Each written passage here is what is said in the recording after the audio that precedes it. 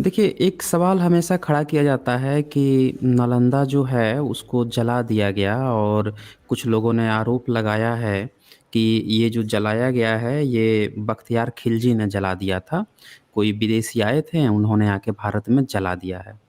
जो लोग ये बात रखते हैं कि बख्तियार खिलजी ने जला दिया था, वो लोग ये भी बात कहते हैं कि उसकी उम्र मुश्किल से 17 साल थी या 19 साल थी। वो मुश्किल से, जी, कोई कहता है कि 2 घोड़े लेकर आया था, कोई कहता है 22 घोड़े लेकर आया था, कोई कहता है कि मात्र जो है वो कुछ 100 मतलब 200 से भी कम घोड़े थे, इतने ही लेकर वो आया था। कुछ लोग ये भी बात जी, कहते हैं। तो यहाँ पे एक बड़ा सवाल खड़ा होता है कि इतना बड़ा भारत है और हम उस देश के वासी हैं जो चक्रवर्ती सम्राट अशोक के वंशज हैं, जहाँ पे सिकंदर की भी तलवार टूटी है, जहाँ पे चंगेज़ खां भी भारत में नहीं आया, जहाँ पे जितने भी विदेशी आके भारत में बौद्ध मार्ग अपना लेते थे, उस इतने बड़े देश में ये 20 घोड़ा, 22 घोड़ा लेके कौन व्यक्ति आके इतना बड़ा महाविहार जला के चला गया? कर क्या रहे थे यहाँ के लोग? ये तो बहुत बड़ा सवाल एक खड़ा होता है। कहीं ऐसा तो नहीं है कि यहीं के कुछ लोग जो हैं मिल के उन सब से जलवा दिए? भई जब देश संगठित होगा, इतना बड़ा देश है, उस समय देश गुलाम भी नहीं हुआ था। उस समय जो है देश नहीं गुलाम हुआ था, क्योंकि ये घटना जी, बताई गई है 1193 से लेके 1197 कोई बताता है, कोई 1203 ईस्वी बताता है। यानी ये जी, 12 और 13 सेंचुरी के बीच की घटना है। जी, तो उस ड्यूरेशन में जब जलाया गया, तो उस समय भारत इतना कमज़ोर कैसे हो गया कि जब भारत पूरी तरह से गुलाम भी नहीं है और 20-22 घोड़े लेकर कोई आया और जला-वला के चला गया, सब लोग देखते रह गए। तो यहाँ पे ये जी, सवाल होता है। इस चीज़ को हमको समझने के लिए ना पूरे इस प्रोस्पेक्टिस को समझना होगा जी, कि क्यों ऐसा हुआ? कौन लोग वो थे जो इस तरह की चीज़ें में उनका सपोर्ट किए हैं और सपोर्ट करने के बिना सपोर्ट के ऐसा नहीं हो सकता है। कभी ऐसा हो सकता है? मान लीजिए कि इतना तो अभी ओसामा बिन लादेन को अमेरिका जो है पाकिस्तान में घुस के मारा, तो उसके पास तो भई दुनिया का सबसे आधुनिक जो आप कह सकते हैं कि एयरलाइन्स हैं, उसकी जी, फ़ौज है, एयर फ़ौज है। जिस जी, तबोर के माध्यम से आया, घुस के मार के अब बिना किसी के जाने-ऊने निकल के चला गया। जी। एक इसका एक हुँ, हुँ। प्रमाण और भी मिलता है, इनकी कहानियों से अगर लिया जाए, तो ये कहते हैं कि रावण को मरवाने के लिए उनका भाई विभीषण ने शांत किया। हाँ, तो इनकी सारी कहानियों में है। इनकी सारी कहानियों में इवन इन्होंने बाली को भी मारने के लिए सुग्रीव का सहारा लिया। तो इससे क्यों इनकार करते हैं कि नालंदा को जलवाने के लिए ही यहाँ के लोगों ने ही बुलाया होगा? इससे इसलिए इनकार करते हैं कि ये बात इन्होंने कभी बताई ही नहीं भारतीयों को, कि नालंदा जो है, नालंदा जैसा महाविहार भारत में था, जी, तक्षशिला जैसा महाविहार भारत में था, ये बात इन्होंने कभी नहीं बताई भारतीयों को। इन्होंने ये भी कभी नहीं बताया कि तेल्हारा नाम का विश्वविद्यालय भारत में था, 70 से ज़्यादा भारत में महाविहार थे, बौद्धों के महाविश्वविद्यालय हुआ करते थे, ये बात इन्होंने कभी नहीं बताई। इन्होंने कथा कहानियों में ये ज़रूर बताया कि गुरुकुल में कोई लड़का जो है निकल के चला जाता था किसी ऋषि मुनि के पास पढ़ने के लिए, ऐसी खूब गप्पे हाँकी जिनके कोई सबूत नहीं है। लेकिन इतने बड़े-बड़े महाविद्यालयों के बारे में इन्होंने कभी आज तक किसी अपनी कहानी में चर्चा तक नहीं की। तो इससे जी, ये पता चलता है कि इन्होंने इसलिए नहीं चर्चा की ताकि यहाँ के लोग उस घटना को भुला दें, कभी जाने ही ना। कभी ऐसा हो सकता है कि आपकी बहुत बड़ी संपत्ति हो, बहुत बड़ी प्रॉपर्टी हो, बहुत बड़ा साम्राज्य हो और उसकी आप जो है कभी चर्चा ही ना करो। कभी जो है आपके आने वाली जो लोग हैं, दूसरे लोग, वो कभी चर्चा ही नहीं करें और उसके बदले में जो है उसको पूरा ढक-ढुक के ख़त्म भी कर दिया जाए उस चीज़ों को और दूसरी-दूसरी चीज़ें बताई जाने लगे। भई जिसका अवेलेबल होगा उसकी तो चर्चा ज़रूर होगी, इन्होंने कभी नहीं चर्चा की। इनको तो हमेशा उपलब्धि दिखानी होती है कि हमारे ऋषि-मुनि बहुत बड़े साइंटिस्ट थे, हमारे ऋषि-मुनि बहुत ये खोजे थे, विमान बना दिए थे, ये बना दिए थे। तो इनको तो सबसे पहले ये चीज़ हल्ला करना चाहिए था कि हमारे यहाँ तो बड़े-बड़े महाविद्यालय होते थे, विदेश से लोग पढ़ने आते थे, क्यों नहीं इन्होंने बताया? इन्होंने तो कहा कि हमने समुद्र पार पे रोक लगा दी, हम किसी को विदेश भी नहीं जाने देते हैं। जबकि बाद में पता चला कि लोग तो विदेश से यहाँ पे पढ़ने आते थे। तो ये जी, सारी चीज़ें न बताने का इनका जो पता चलता है कि जानबूझ के कुछ षड्यंत्र किया गया है। अब भारत की पब्लिक जो है इस षड्यंत्र को समझ नहीं पाई है। भारत की पब्लिक नहीं समझ पाई है। तो ये एक षड्यंत्र है कि क्यों नहीं बताया गया। इनको जी। 17 लाख साल पहले की कहानी रामायण याद है, इनको 5000 साल पहले का कहानी याद है, लेकिन इनको सिंधु घाटी सभ्यता पता नहीं है।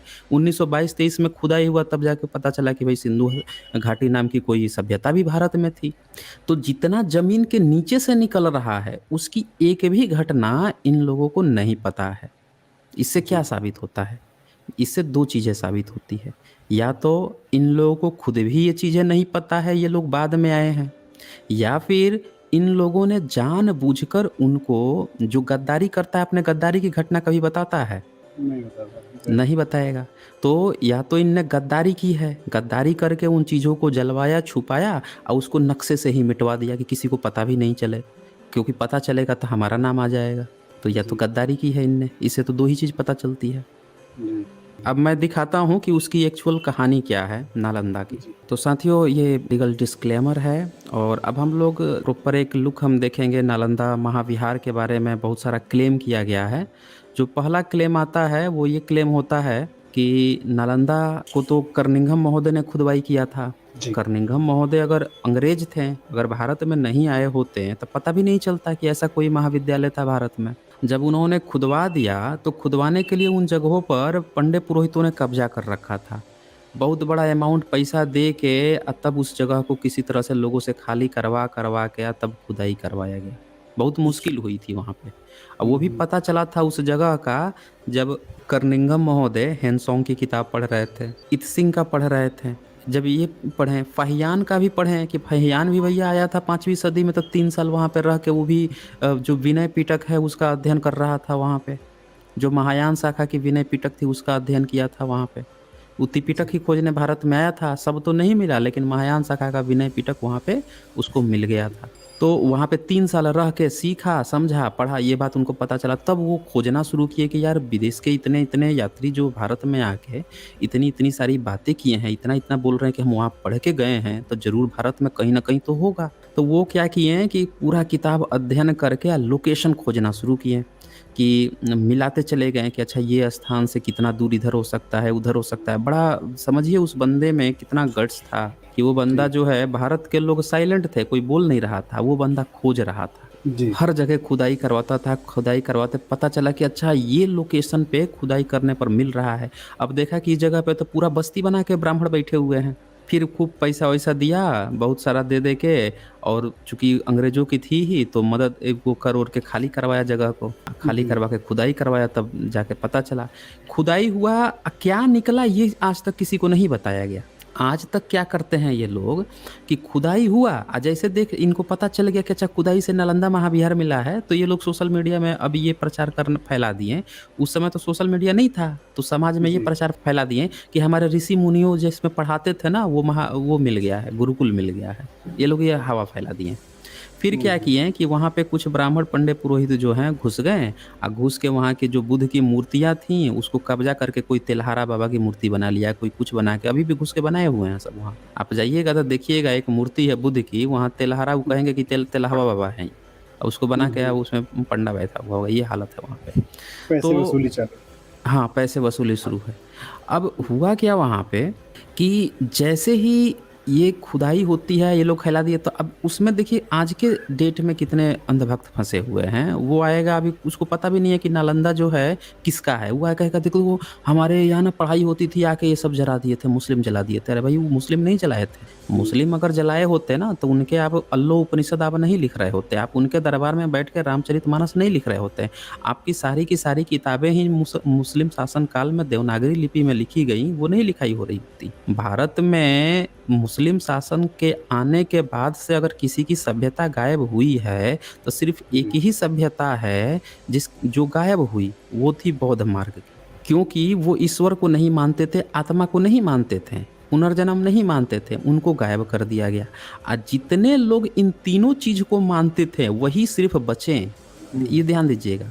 जो जैन मार्गी हैं वो आत्मा को मानते हैं, परमात्मा को नहीं मानते, लेकिन आत्मा को मानते हैं, पुनर्जन्म मानते हैं, वो बच गए। ब्राह्मण धर्म तीनों चीज़ मानता है, आत्मा परमात्मा मानता है और पुनर्जन्म मानता है, वो भी बचा रहा। फिर भक्ति काल में ये सब वही सब मानते थे, ये सारे लोग बच गए। अगर कोई ख़त्म हुआ तो वो जो तीनों चीज़ नहीं मानता था, उसके साहित्य कुछ नहीं बचे। उसके सारे साहित्य को जलाया गया, उसकी सारी चीज़ों को जलाया गया। तो ये जो खुदाई हुई ये उसी का था, उसी की किताबें थी, उसी का महाभिहार था। मैं दिखाता हूँ आप लोगों को कि ये लोग जो इसको प्रचार कर दिए कि हिंदुओं का था, हिंदुओं का था, आप देखते जाइए। ये आप यहाँ पे देख पा रहे होंगे, ये चीज़ जो है ये मिला है आपको। ये आप पढ़ रहे होंगे, ये यूनेस्को की पेज पे भी आपको मिल जाएगा, वहाँ से भी मैं आप लोगों को ओपन करके दिखा दूंगा। ये आप यहाँ पे देख पा रहे हैं, excavated remains of Nalanda Mahavihara, stone sculptures of Buddha in sitting posture. ये नालंदा की खुदाई में ये आपको मिला है। ये देख के क्या लग रहा है आपको? ये कमल का फूल है, इसके ऊपर कौन बैठा हुआ है? बुद्ध बैठे हैं जी। बुद्ध बैठे हुए हैं, क्लियर क्लियर यहाँ पे इंडिकेट हो रहा है। इसके बाद से इस महाविहार में, इसमें सिर्फ पुरुष ही नहीं थे, महिलाएं भी थीं। ये इससे ये साबित होता है महिलाओं की भी मूर्तियां मिली हैं, जो तारा देवी होती हैं, डाकनी होती हैं, जो इनकी फीमेल रिप्रेजेंटेशन है वो भी मिली है। देखिए ये दूसरा ये मूर्ति आप देख सकते हैं, ये बोधिसत्वा का है। सेकंड वाला आप देख रहे होंगे, ये भी बोधिसत्वा का है, जो अवलोकितेश्वर बोधिसत्व या जो बोधिसत्व होते हैं कमल के फूल पे बैठे हुए हैं, ये आप देख सकते हैं। ये साइड में आप देखेंगे कोई व्यक्ति, डिफरेंट डिफरेंट आकृतियां और भी बनी हुई होंगी। इसको ये लोग बहुत आसानी से जो है अपना बताने की कोशिश करेंगे कि ये हमारा है, हमारा है, लेकिन इस मूर्ति के सर पे आप देखेंगे तो फिर से बुद्ध बैठे हुए हैं, ऊपर भी, सर के ऊपर भी यहाँ। तो ये कलाकृतियां हैं बुद्ध मार्ग की, ये सब वहाँ खुदाई से मिली। और मैं दिखाता हूँ आपको, ये देखिए, ये फीमेल है, महिला है, और ये जो पोस्चर है पैर रखने का, दोनों पैर रखने का, ये बुद्ध मार्ग का प्रतीक है। ये जो दोनों हाथ हैं उनकी, ये पोस्चर जो है बुद्ध मार्ग का पोस्चर है। ऊपर जो है सांप है, नाग है, ये सब बौद्ध मार्ग की प्रतीक है। तो इनसे ये भी पता चला कि ये जो स्टोन स्कल्पचर्स हैं जो मिल रहे हैं खुदाई से, ये तो सारे सारे बौद्ध मार्गों के प्रतीक हैं। अब ये देखिए, ये आप आकृति देख रहे होंगे, खुदाई के समय में ये सारी चीजें मिली थी, खुदाई हो रहा था। देखिए ये जगह उस समय कैसी थी, कुछ नहीं था उस समय। आज जो अभी मैं दिखाऊंगा, आज वहाँ पे क्या क्या चीज़ें देखने में आ रही हैं वो भी दिखाऊंगा मैं। उस समय जब खाली करा के खुदाई शुरू हुई थी, लोगों को वहाँ से हटवाया गया था, कब्जा करके बैठे हुए थे, तो इस तरह से सीन था उस समय खुदाई का। इसके बाद से कुछ और देखिए, ये देखिए जब खुदाई हुआ तब अब देखिए अब कैसा दिखने लगा ये खुदाई के बाद से। ये सारी नीचे से ये यहाँ पे सारी चीज़ें दिखने लगी, मिलने लगी, यहाँ पे आप देख पा रहे हैं। इसके बाद से कुछ और पिक्स आपको दिखाता हूँ। ये देखिए, ये साइड जब खुदाई हुई, गहरी खुदाई हुई, तो आपको यहाँ पे बिल्डिंग्स जो हैं उस समय मिलने लगी। उस समय 9-9 मंजिला जो है ऊपर बिल्डिंग बनती थी, 9-9 मंजिला ऊपर जो है सोचिए लाइब्रेरी बनती थी। आज की डेट में तो कई सारी यूनिवर्सिटी है 9 मंजिला आज भी नहीं, लोग नहीं बनाते। उस समय जो है हैंसोंग बता के जा रहा है कि 9-9 मंजिला ऊंची बिल्डिंगें बनती थी। इतना बड़ा महाविद्यालय था, अंतर्राष्ट्रीय महाविद्यालय था। अच्छा, इसमें छोटे-छोटे स्तूप भी आपको दिख रहे होंगे। ये आगे देखिए, ये छोटे-छोटे स्तूप हैं। इनका बस चले तो इसको भी शिवलिंग बताना ये लोग शुरू कर देंगे। तो हाँ, ये सब जो है नालंदा महाविहार में मिला है। ये देखिए, ये पूरा जो है ये आपको कक्ष मिला है। क्लासरूम जो होता था ना, बड़ा-बड़ा सा क्लासरूम जो होता था, वो चीज़ें यहाँ पे आपको देखने को मिल पा रही होंगी। इसमें कुछ प्रमाण ये भी मिलता है कि यहाँ पर जो उसके लिए बताया जाता है, यहाँ रहने और खाने का दोनों का व्यवस्था हुआ करता था, ऐसा कुछ? हाँ, हाँ, हाँ, आवासीय महाविद्यालय था। यहाँ पे जो है ना, ये जो मैं आपको साइट दिखा रहा हूँ, ये साइट आज का जो पटना है, उससे जो है लगभग 88.5 किलोमीटर दक्षिण पूर्व में, और राजगृह जो है उससे 11.5 किलोमीटर उत्तर में, वहाँ पे जो है ना ये साइट है आज की डेट में। और इसमें इसके बारे में बहुत सारे जो है ना यात्री थे, जैसे हेनसोंग हैं, ये लिख के गए हैं। उन्होंने अपनी किताब में लिखा है कि यहाँ पे 10,000 छात्र जो हैं पढ़ाने के लिए 2,000 शिक्षक होते थे। यानी एक शिक्षक जो है 5 विद्यार्थी, हर 5 विद्यार्थी पर 1 शिक्षक था। आज की डेट में आप पता कर लीजिए पूरे भारत में कि रेशियो कितना है, तो आपको पता चलेगा कि 15, 22, 40, 40, एक टीचर पे 40, 40, 35, 35 इतने ज़्यादा रेशियो है। आज का सिचुएशन सर यहाँ तक है कि कोचिंग कराने के लिए भी 50-50 बच्चे बैठाते हैं एक साथ में। हाँ, हाँ, हाँ। तो उस समय सोचिए 5 रेशियो था, कितना ज़बरदस्त रेशियो था। पूरे वर्ल्ड का जो आइडियल माना जाता है, वो रेशियो उस समय जो है इन लोगों ने मेंटेन किए हुए था। इसके बाद से जो है ये और आगे लिखते हैं कि इसमें हज़ारों जो छात्र हैं वो तो अध्ययन करते थे, और दिन भर जो है हम लोग अध्ययन करते रहते थे। क्लासरूम में जाते थे, दिन रात हम लोग दिन भर अध्ययन करते थे। और जितने भी विदेशी छात्र जो आते थे वो लोग क्या करते थे कि जैसे ही क्लास से टाइम बचता था तो हम लोग आपस में बैठ के डिस्कशन करते थे, आज क्या हुआ, ये क्या हमने सीखा, ये सारी चीज़ें बातें ये हैंसॉन्ग लिख के गए हैं। इत्सिंग जो हैं वो क्या लिखते हैं कि जितने भी जो यूनिवर्सिटी थी इसके जितने भी विद्वान थे, जो प्रोफेसर वगैरह लोग थे, उनका ना यूनिवर्सिटी का जो मेन गेट था वहीं पे एक बोर्ड बनाई जाती थी और उन सब का नाम लिखा रहता था श्वेत अक्षर में, वाइट कलर से लिखा रहता था। सारे प्रोफेसरों का जो पढ़ाते थे उन लोगों का नाम लिखा जाता था। इत्सिंग ने तो ये भी लिखा कि जब मैं पढ़ रहा था तो उस समय मेरे साथ कोरिया के स्टूडेंट यहाँ पढ़ते थे, जापान के स्टूडेंट पढ़ते थे, चीन के, तिब्बत के, इंडोनेशिया के, बर्मा के, मलेशिया के, लंका के और भी कई देशों के जो छात्र हैं मेरे साथ पढ़ते थे। ये इंटरनेशनल विश्वविद्यालय था। ये बात हम लोग को समझने की ज़रूरत है कि भारत में अंग्रेज आए तो हम लोग को विदेश जो है अलाउ किए कि जाकर तुम लोग पढ़ लो, क्योंकि भारत में तो पढ़ाई लिखाई सब बंद कर रखे हैं, पढ़ने भी नहीं देते हैं तुमको।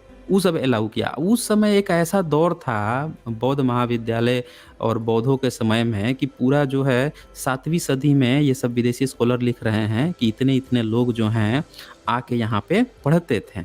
तभी तो भारत को कहा गया ना कि ये विश्व गुरु था, क्योंकि ये पढ़ाता था। गुरु कहने का मतलब क्या होता है? जो एजुकेशन देता है, यही तो मतलब होता है ना। ये पूरे विश्व का गुरु था उस समय। ये हम लोगों को बात समझनी होगी।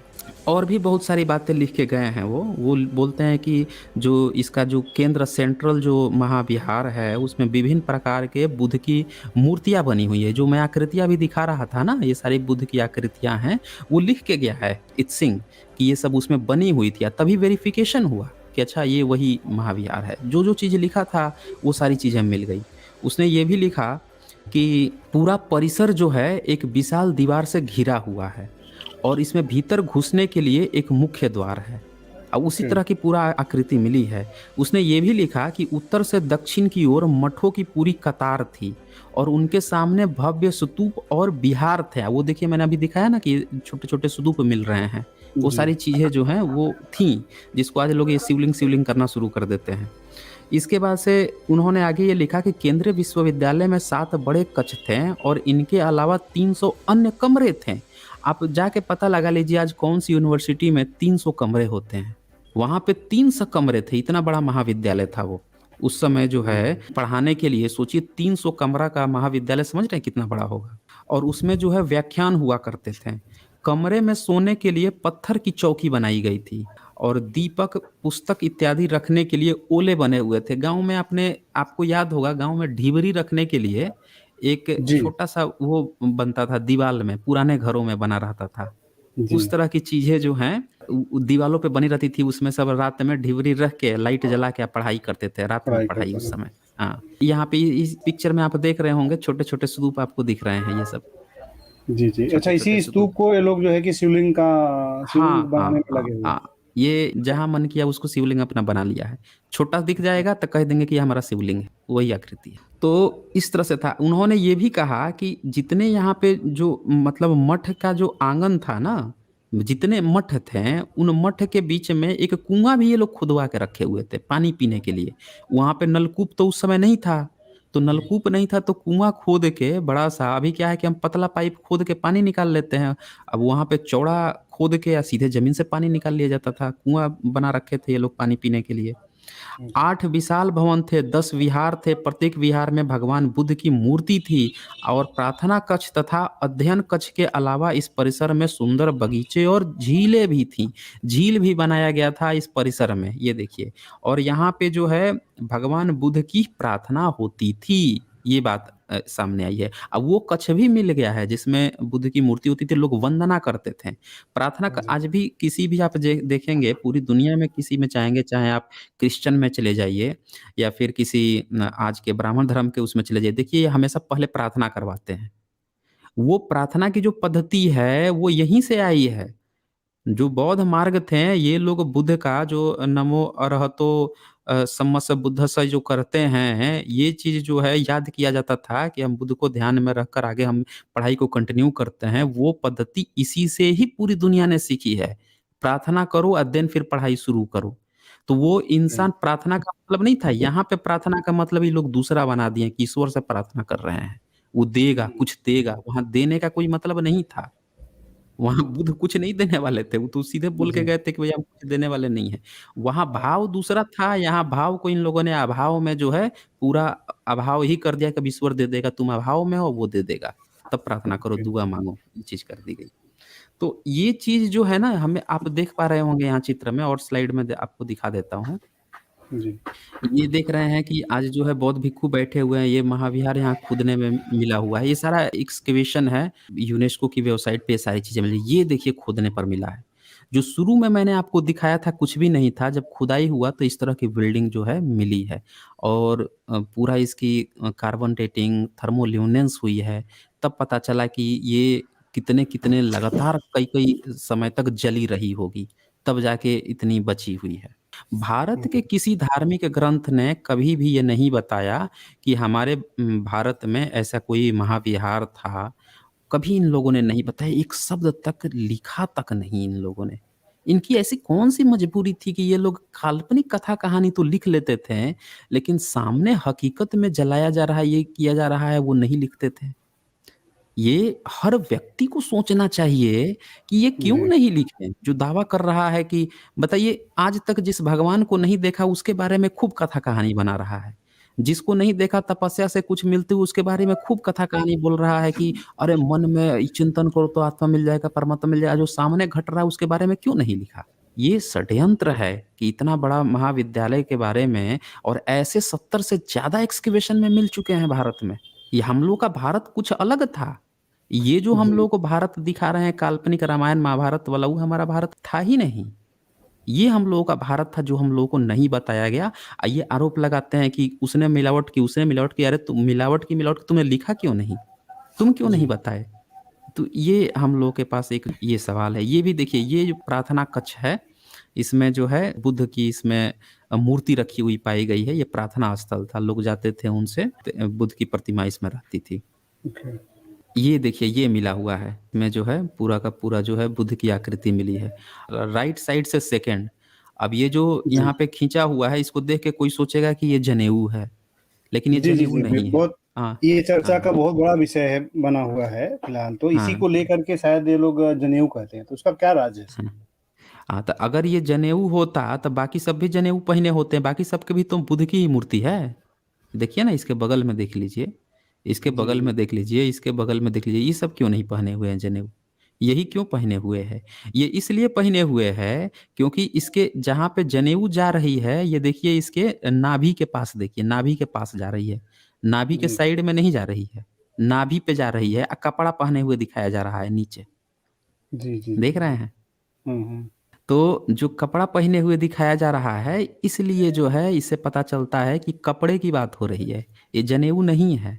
ये ट्रांसपेरेंट कलाकृति है जो कि जो है कपड़े की बात कर रही है, कपड़े दिखा रही है। इससे ये पता चलता है। तो ये आप देखिए कि यहाँ पे इतनी सारी प्रतिमाएँ बनी हुई हैं, हर घर में, हर जगह पे बुद्ध ही बुद्ध हैं और आपको जो बताया जाएगा कि नालंदा जो है ब्राह्मणों का, अरे ब्राह्मणों का होता तब बुद्ध यहाँ पे क्यों है? इनके देवी-देवता होने चाहिए थे ना, बुद्ध यहाँ थोड़े मिलेंगे। ये बौद्ध महाविहार था और यही कारण है कि इन लोगों ने इसके बारे में नहीं लिखा। इससे ये भी पता चलता है कि एक षड्यंत्र के तहत ही जलवाया गया और पाली प्राकृत की ही किताबें जली। संस्कृत की तो सारी बच गईं। संस्कृत की क्यों जी। नहीं जली? संस्कृत की तो सारी बच गईं। इन्हीं की क्यों जली? इन्हीं की सभ्यता क्यों खत्म हुई? तो ये पूरा एक षड्यंत्र है जो सभी को समझना होगा कि इतनी जो बड़ी उपलब्धि है, वही क्यों जली और उसी को क्यों खत्म किया गया।